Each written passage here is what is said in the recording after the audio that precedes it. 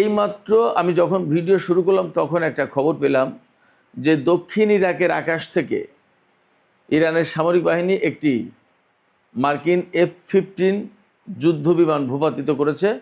খবরটা ইরানের রাষ্ট্রীয় বার্তা সংস্থা IRIBর বরাত দিয়ে এক্সপোস্টে আমি পেয়েছি খবরটা। সরাসরি IRIBর বরাত দেওয়া হচ্ছে এবং যে সূত্র থেকে এই পোস্টটা আমি দেখলাম ওই সূত্রটা যথেষ্ট নির্ভরযোগ্য। সেক্ষেত্রে নতুন করে আমেরিকার একটি F-15 যুদ্ধ বিমান যদি ভূপাতিত হয়, আমি যদির কথা বলছি, তাহলে কিন্তু পরিস্থিতি আবার অনেক বেশি উত্তপ্ত হয়ে উঠল এবং আমেরিকা ইরান নতুন করে যুদ্ধের আশঙ্কা প্রচণ্ড এবং প্রবল হলো। এদিকে ইরানের সামরিক বাহিনীর একজন কমান্ডার, শীর্ষ পর্যায়ের কমান্ডার, তিনি বলেছেন যে আমেরিকা যদি কোনো রকমের স্থল অভিযান চালানোর চেষ্টা করে তাহলে ইরান হবে তাদের কবরস্থান, ভয়াবহ জবাব হবে। আমরা একই সাথে দেখতে পাচ্ছি ইরানের IRGCর প্রধান, সামরিক বাহিনীর চিফ অফ স্টাফ, তারপরে জাতীয় নিরাপত্তা পরিষদের সচিব, সবার বক্তব্য কিন্তু এই মুহূর্তে অনড়, অটল এবং চুক্তি বা আলোচনা, ডিপ্লোম্যাটিক প্রসেসের দিকে যাওয়ার তাদের আপাতত চিন্তা নেই। কেন এই শক্ত অবস্থান নিলেন? আসলে নতুন সামরিক কাঠামোই পরিবর্তনের পরে ইরানের সামরিক বাহিনীতে কি বড় ধরনের পরিবর্তন হলো? অথচ পাকিস্তানের পক্ষ থেকে কিন্তু ইরানে তাদের স্বরাষ্ট্রমন্ত্রীকে পাঠানো হয়েছে, চেষ্টা করা হচ্ছে আঞ্চলিক স্থিতিশীলতা এবং নতুন করে আলোচনায় বসানো যায় কিনা সেই ব্যাপারে কথা বলার। আরও কতগুলো ঘটনা আছে, ছোট ছোট ঘটনা। লোহিত সাগরে হুতিদের হামলায় সৌদি আরবের যে জাহাজ ক্ষতিগ্রস্ত হয়েছে, সেই জায়গায় পাকিস্তানের 3 জন নাগরিক নিহত হয়েছে। এ ব্যাপারে পাকিস্তানের পক্ষ থেকে কিছু বক্তব্য আছে। আর বাব আল মানদেব প্রণালীর পরিস্থিতি কিন্তু আগের চেয়ে জটিল হয়ে উঠেছে। এর প্রেক্ষাপটে আন্তর্জাতিক বাজারে তেলের দাম যেমন বেড়েছে, তেমনি জাপানের পক্ষ থেকে ইরানকে অনুরোধ জানানো হয়েছে যাতে বাব আল মানদেব প্রণালী এলাকায় হুতিরা হামলা বন্ধ করে, সেই ব্যবস্থা যেন ইরান নেয়। সুপ্রিয় দর্শক, এই বিষয়গুলো নিয়ে এখনকার ভিডিওতে আমি বিস্তারিত আলোচনা করার চেষ্টা করব।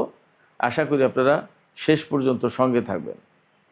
আর ভিডিও যদি ভালো লাগে তাহলে লাইক, কমেন্ট, শেয়ার করবেন এবং চ্যানেলটি সাবস্ক্রাইব করে সাথেই থাকবেন।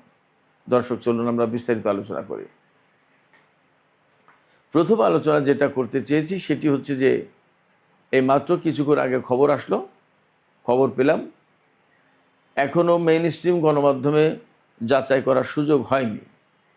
আমি আবারও বলছি, Islamic Republic of Iran broadcasting, যেটা ইরানের রাষ্ট্রীয় বার্তা সংস্থা IRIB, তার বরাত দিয়ে একটা বিশ্বস্ত সূত্র থেকে এক্সে পোস্ট দেওয়া হয়েছে, ব্রেকিং নিউজ বলে, যে দক্ষিণ ইরাকের আকাশ থেকে ইরানের সামরিক বাহিনী একটি F-15 যুদ্ধ বিমান ভূপাতিত করেছে।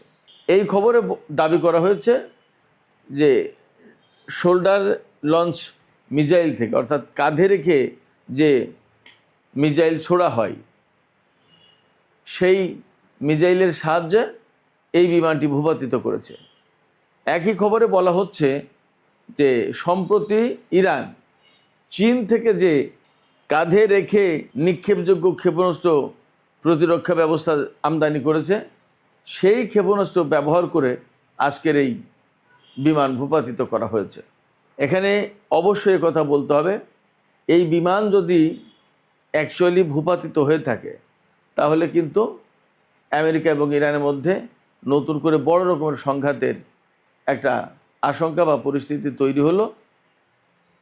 খবরে বলা হচ্ছে এই বিমানটি ভূপাতিত হয়েছে একেবারে বসরার কাছাকাছি। বসরা কিন্তু ইরাকের একেবারে দক্ষিণ অঞ্চলে, যেখান থেকে ইরানের সীমান্ত কাছাকাছি। এখন প্রশ্ন আসতে পারে যে ইরান কেন মার্কিন বিমান ভূপাতিত করতে গেল? জবাব হতে পারে এরকম যে যুদ্ধ তো চলছে, যুদ্ধ তো বন্ধ হয়ে যায়নি। আমেরিকা হঠাৎ করে ইরানের উপর আক্রমণ করে বসে। ইদানিং ইরানও প্রিএমটিভ হামলা করেছে জর্দানে মার্কিন বিমান ঘাঁটিতে, এবং হয়তো আজকের এই হামলাও বা আজকের এই যুদ্ধ বিমান ভূপাতিতের ঘটনা হয়তো একই রকমের। ইরানের পক্ষ থেকে কিন্তু হুঁশিয়ারি উচ্চারণ করা হয়েছে যে আমেরিকা যদি কোনো ধরনের স্থল অভিযান চালানোর পরিকল্পনা করে ইরানের বিরুদ্ধে, তাহলে তাদেরকে একেবারে চূড়ান্ত জবাব দেওয়া হবে এবং মার্কিন সেনাদের কবরস্থানে পরিণত হবে ইরান। কেন এই হুমকি হঠাৎ করে? তাহলে কি নতুন যে সামরিক কাঠামো পরিবর্তন করা হলো, কমান্ডিংয়ের কাঠামো সর্বোচ্চ নেতা পরিবর্তন করলেন, এই পরিবর্তনের কারণে কি ইরানের সামরিক বাহিনী আইআরজিসি তারা সবাই নড়ে চড়ে বসেছে? এবং আজকেই ঘোষণা দেওয়া হচ্ছে যে ইরান এই পরিমাণে ক্ষেপণাস্ত্র এবং ড্রোন উৎপাদন করে, যা ব্যবহার করেছে তার চেয়ে অলরেডি পার হয়ে গেছে নতুন করে উৎপাদন করা ড্রোন এবং ক্ষেপণাস্ত্রের পরিমাণ। এবং একজন সামরিক কমান্ডার বলেছেন যে ইরান যদি কয়েক বছর ধরে যুদ্ধ করে তাহলেও তাদের হাতে জমানো ক্ষেপণাস্ত্র এবং ড্রোন শেষ হবে না। তাহলে আসলে আমেরিকার ভরসার জায়গা কি? আমেরিকা কি ইরানের সাথে যুদ্ধ করে হরমুজ প্রণালী এবং চলমান সংকট সমাধান করতে পারবে? নাকি মার্কিন প্রেসিডেন্ট ডোনাল্ড ট্রাম্প তার গল্ফ ক্লাবের কাছে নাকি ক্ষেপণাস্ত্র প্রতিরক্ষা ব্যবস্থা মোতায়েন করেছে?